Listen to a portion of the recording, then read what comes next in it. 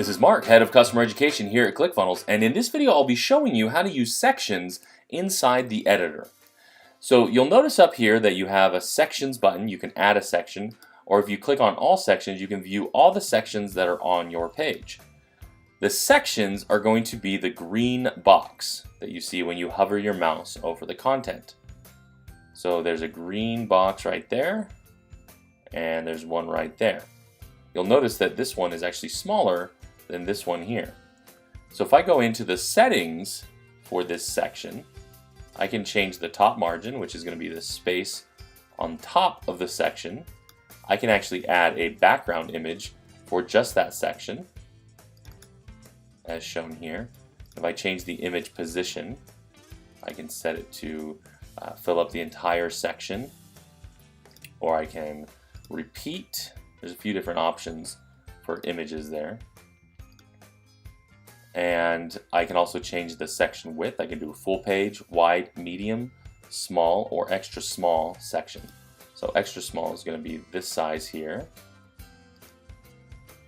Full page is going to take up the entire width of the page. Stickiness is basically going to cause the section to stick to the top on scroll or stick to the bottom on load. So sticking to the top on scroll is when somebody scrolls down the page, the section will stick to the top. Stick to the bottom on load is when the page loads, the section will be stuck at the bottom, which can be useful for calls to action or information that you want to make sure is front and center for your users. Now, if I didn't want to have a background image, I could have a separate background color for just this section. I can pick the color, and then you'll notice the transparency slider is all the way to the left, so I'd need to move that to the right, or I can make it transparent if I like. I can do any color that I choose here. And then the padding is going to be the space inside the section. So you'll notice if I increase the padding on the top and the bottom and the sides, when I come up and hover over the section, that's the space between the row, the outside of the row here, which is the blue line, and the section. And if I go back into the section settings and decrease that padding, you'll be able to see now there's a lot less space between the blue and the green. So keep in mind the margin is the outside of the section. So that's going to be outside the section on the top here. And the padding is on the inside of the section. Now if I click on the Advanced tab here, I have a few different styles. I can change the corner radius, which you won't be able to see unless you're using a section that isn't full page. So let me go ahead and actually move this section down a little bit. And we can give our section some round corners here. We can choose which edges we want to have round corners. And we can do a border. So if we did a white border, it would show up a lot easier there. We can change the thickness of that border, choose whether we want a dashed or dotted border. And we can also do a shadow. So the shadow is going to be either an inner shadow or a drop shadow. Drop shadow is going to be on the outside of the section, and the inner shadow is going to be on the inside. So if I get rid of this border, hopefully you can see it better. So you can see the drop shadow there, and the inner shadow is on the inside. It gives it a look like it's set into the page a little bit there.